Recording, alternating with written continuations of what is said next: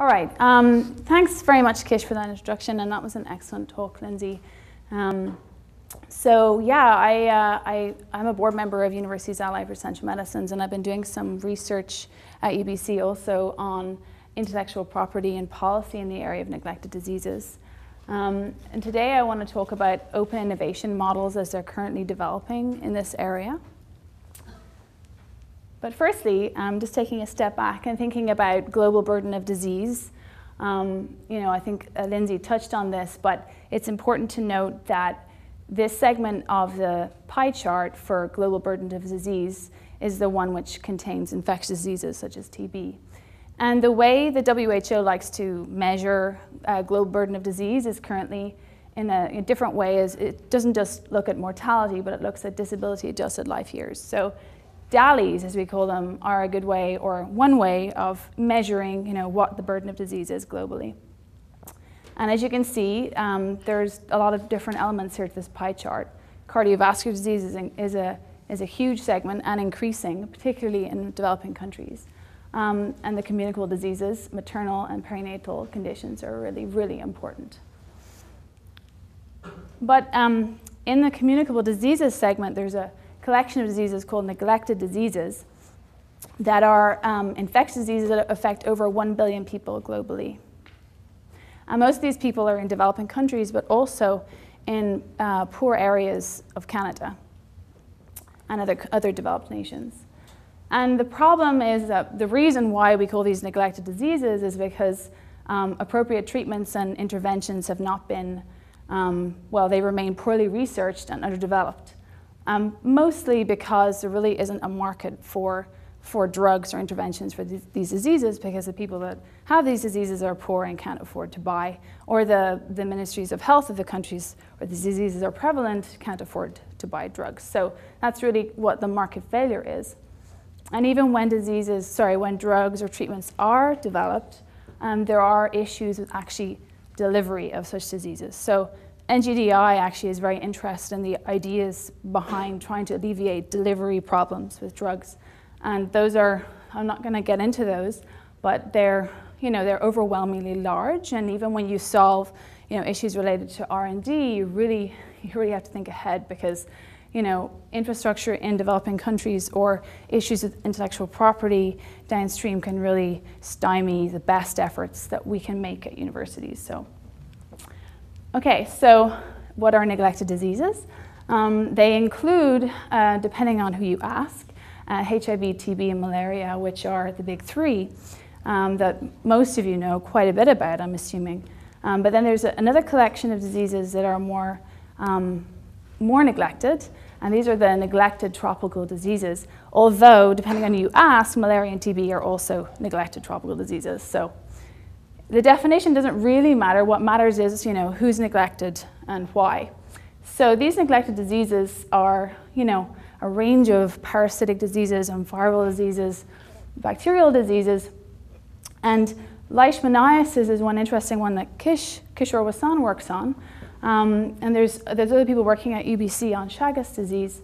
Leishmaniasis affects a lot of people in Southeast Asia and also Africa.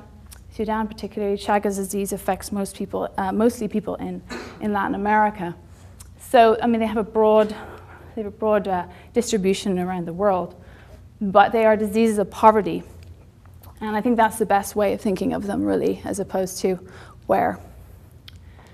So if you look at, and Lindsay touched on this just briefly, if you look at the relative contribution of global burden of disease in DALYs in red, and the number of drugs that have been developed, and this is old data, and things have changed since then, but it's just a good indicator of what's been spent where.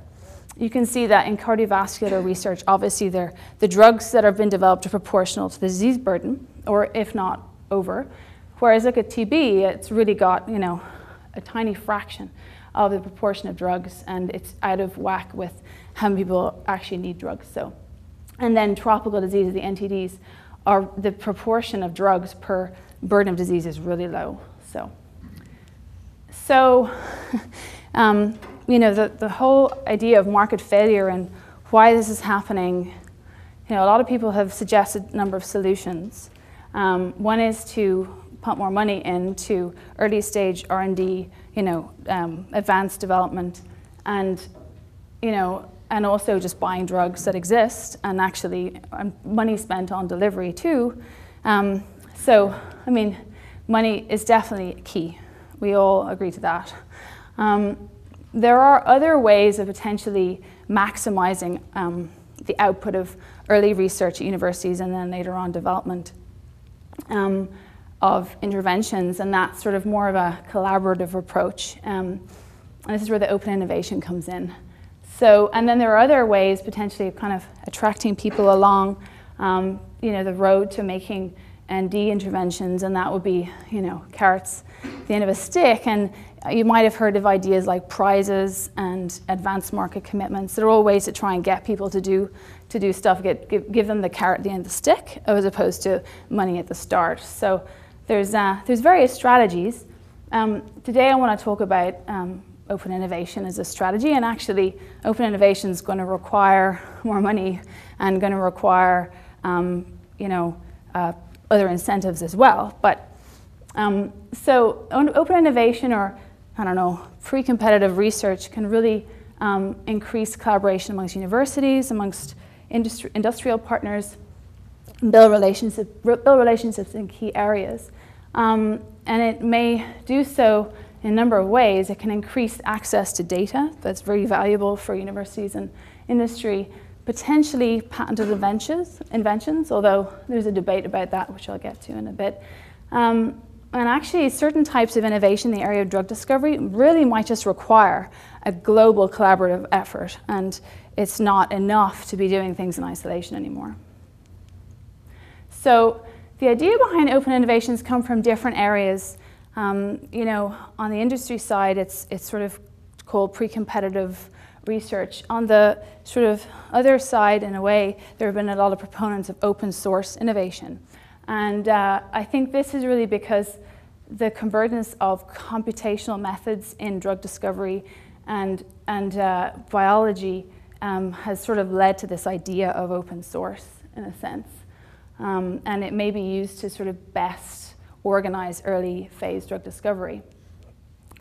And so I'm not an expert on smart drug discovery. I don't know if anyone in the room is, but the idea is it's a different approach to finding a drug target and then evaluating whether or not you can have a drug that actually interacts with that target. And it really relies heavily on functional and instructional genomics to identify such a target. And then sort of in silico-based methods for drug design and toxicity prediction. And then at this point, you probably would enter in a sort of a more traditional R&D paradigm for drug development with respect to clinical trials, and probably obviously preclinical research. So this has sort of led to this convergence.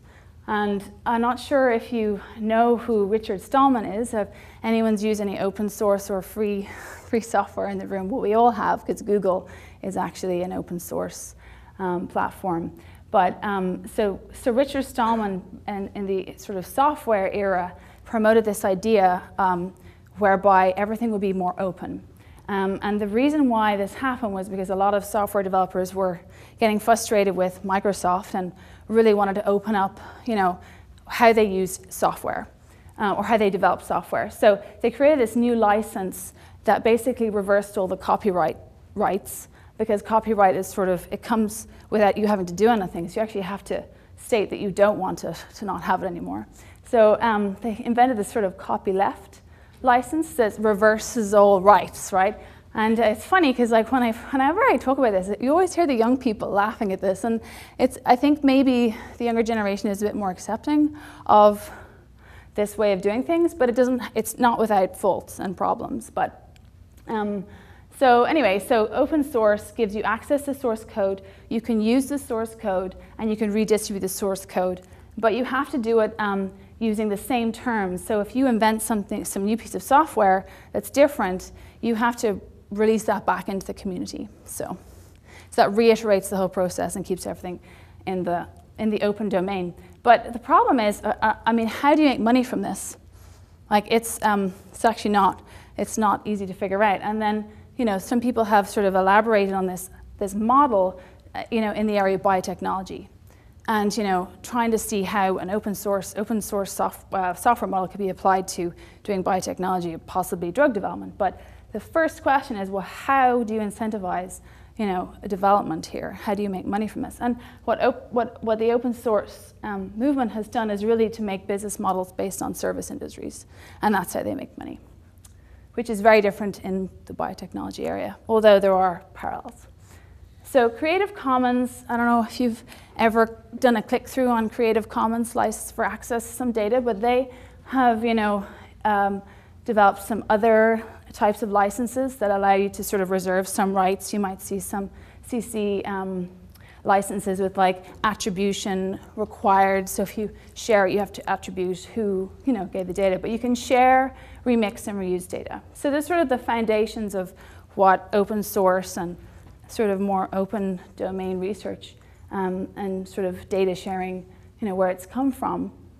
And how this applies really to how we do things. It really switches sort of the hierarchy from a cathedral-based structure to more of a bazaar, where everyone is equal and we all share data, and there's no controls over who shares data with who.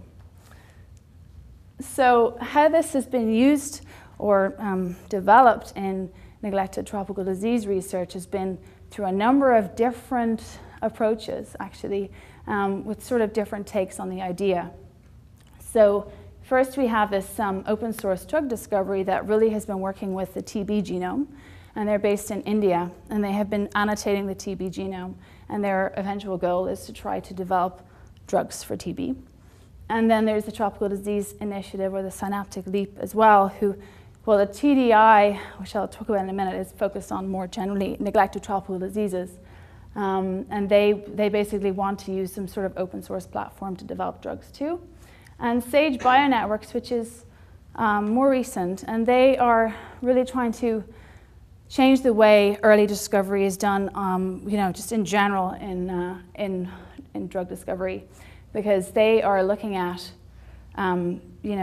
genomics, the convergence of huge genomics data sets, huge clinical data sets, trying to bring them together and actually find targets that way. And there are actually quite a few other examples of open innovation I'm not going to talk about, but ranging from GlaxoSmithKline's approach to putting compounds into the Chembl database. Also, GlaxoSmithKline came up with a patent pool more recently, where they're actually putting patents into this sort of database where people can just, apparently just work on these patented drugs. But the TDI is interesting because they took a Creative Commons approach, which is not like purely open source, because it just has this sort of attribution share alike license. And they had this, they made this model, this is what they call the kernel, which basically predicted 200 protein drug binding pairs for a number of NTDs. And they transferred the data with an open science commons protocol. Open source drug discovery is quite different, because here they have this broad sort of global research community. Anybody can take part. Anyone in this room can sign up for an account and agree to do work for the OSDD online, because it's all supposed to be virtual. And this involved, there's an annotation of TB genome. You could also sign up for a basic science research project in the lab. So ultimately they want to discover targets. And if there's any patentable discoveries, apparently, according to their license, that all goes back into the community. So that raises the question of, well, who is, if there is, I guess this possibly means there are no patentable discoveries, but if they all go back into the community, then who's going to develop the drugs at the end of the day? So the questions that I have about open source and innovation, open innovation, is what happens when you have an open source platform and then there's a patentable drug target or compound that arises from that collaboration. That's the main question, because if you decide not to patent your drug targets or not to patent your compounds, keep everything open, then your entire model of drug development completely changes. And you need different incentives and different funding structures to actually do the drug development. So that's the major question. And who's going to pay for the R&D, I guess, is the fundamental question. So, there are possible areas where it could make sense. I think it's unclear to me about whether or not it's possible to have open compounds. There are others that would totally disagree and say it's totally possible to do this, but maybe open targets potentially. But maybe in an area where open source or open innovation could play a real role is the development of diagnostics. And you could have some sort of service-based model that would allow for an R&D, would allow for research and development incentives for diagnostic development, maybe potentially vaccines. All right, so that's all I have for now. So thank you very much.